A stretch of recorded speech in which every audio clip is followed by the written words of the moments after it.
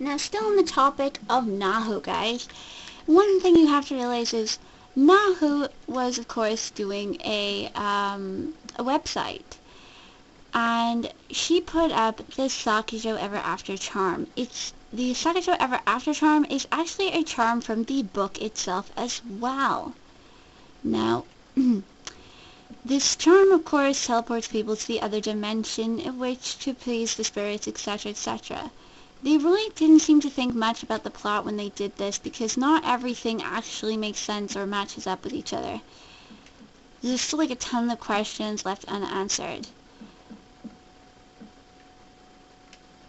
But it seems that a lot of the story plot and everything revolves around Naho and the Shinozaki family.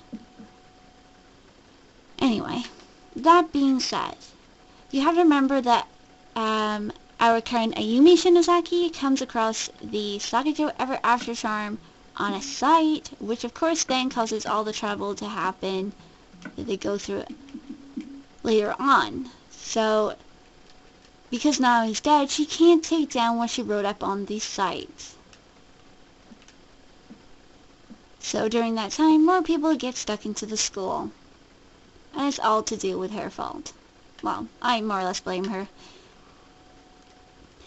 Now, back to our very kind-hearted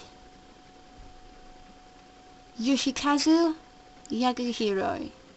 Now, of course, after they found him with the body of the children, the 3 children were found dead, on the 18th of September 1973, and Yosuke was found with them in the room. He had a pair of scissors in his hand, which of course Sakijo put in his hands. Of course, she's physical. She tells them that he did it. He can't talk, so he can't speak for himself. But they deemed him mentally insane and put him in a psychiatric hospital for a while. He does eventually escape, but he's consumed with grief over what happened, that he had to sit back and watch these children get killed, that he actually goes to the basement and tries to repent for himself. You see, Sakijo didn't tell him to kill himself. Oh no. He believed that if he killed himself in the basement, he would actually be free from Sakijo. That's as far as I can gather. And he was hoping as well to repent for his sins. He felt awful. He did indeed truly love those children. That is also why when you play through the game, why he seems to ignore Sakijo's request for him to kill Yuka. He saves Yuka from Kisame. He stops him. That was of his own free choice, but it does seem that he is still in there. Anyway, after he commits suicide, the headmaster by now is getting extremely paranoid. And I know for a fact at some point before he kills himself, I'm pretty sure it happens on the 18th of November 1973 when the school is declared that it has to close. He does go down to the body.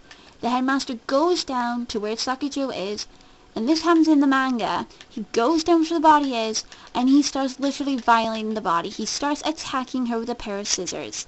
He didn't kill her with a pair of scissors, but he starts attacking her dead body with a pair of scissors.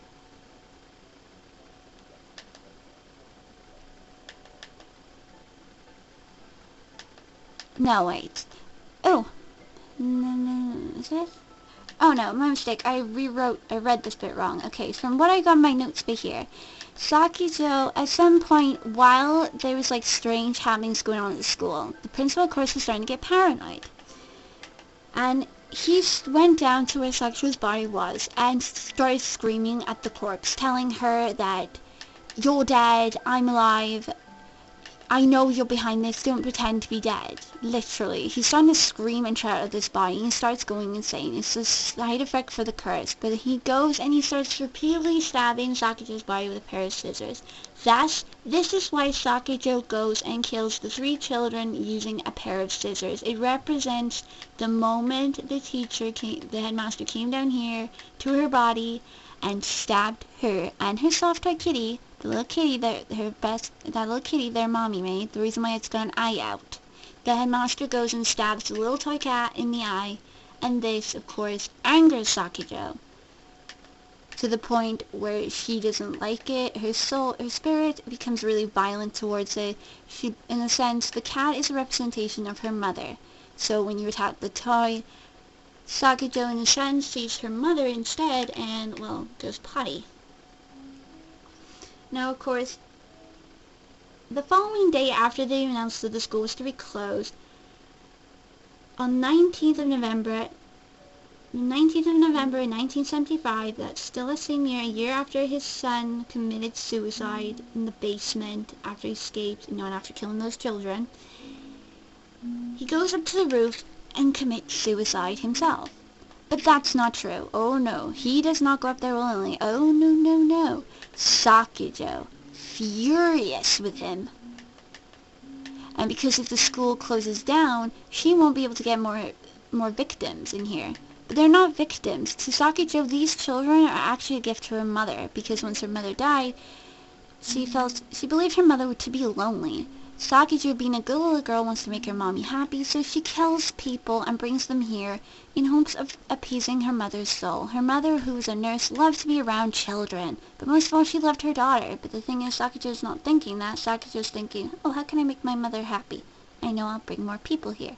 But of course, the headmaster loses the battle to keep the school open, meaning Sakujo won't be able to get more kids here.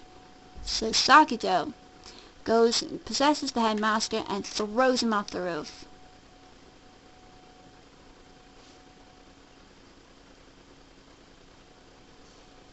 So, after that, the school is closed down and completely demolished off the face of the map.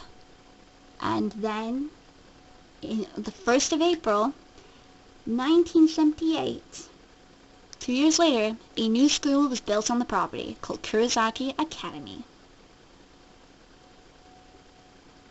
And still the misfortune continued, but not in the school. Weird stuff was happening. People were disappearing still. And we get to see this throughout Miss Yu's backstory.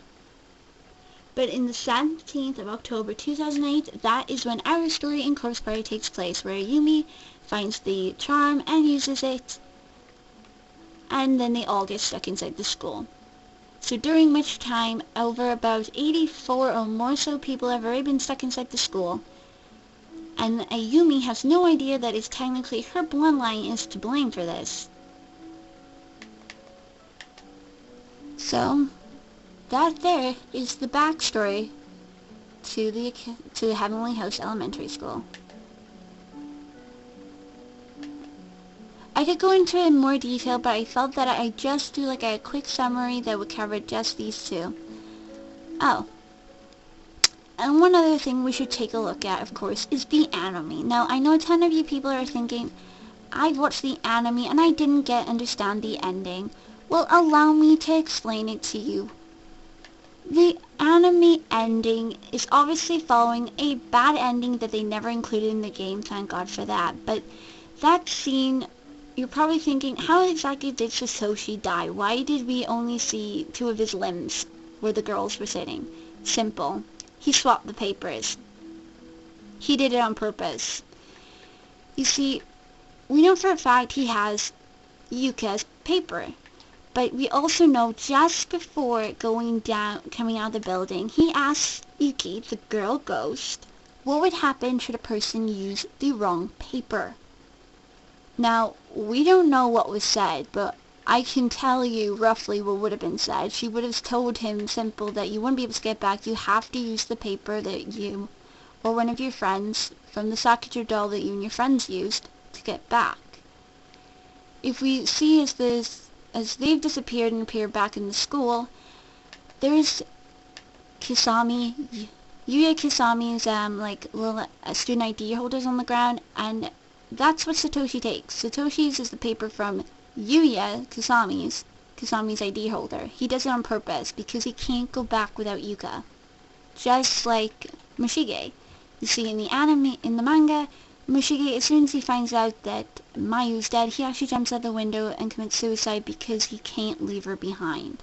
They changed that, of course, to have Kisame kill him in the anime. But yeah, he's a big brother, and a big brother's there for his little sister. He willingly commits suicide. I don't know if he did it on purpose or if it was accidental, but we definitely know he takes Kasami Yuya's paper, and yeah, there we go.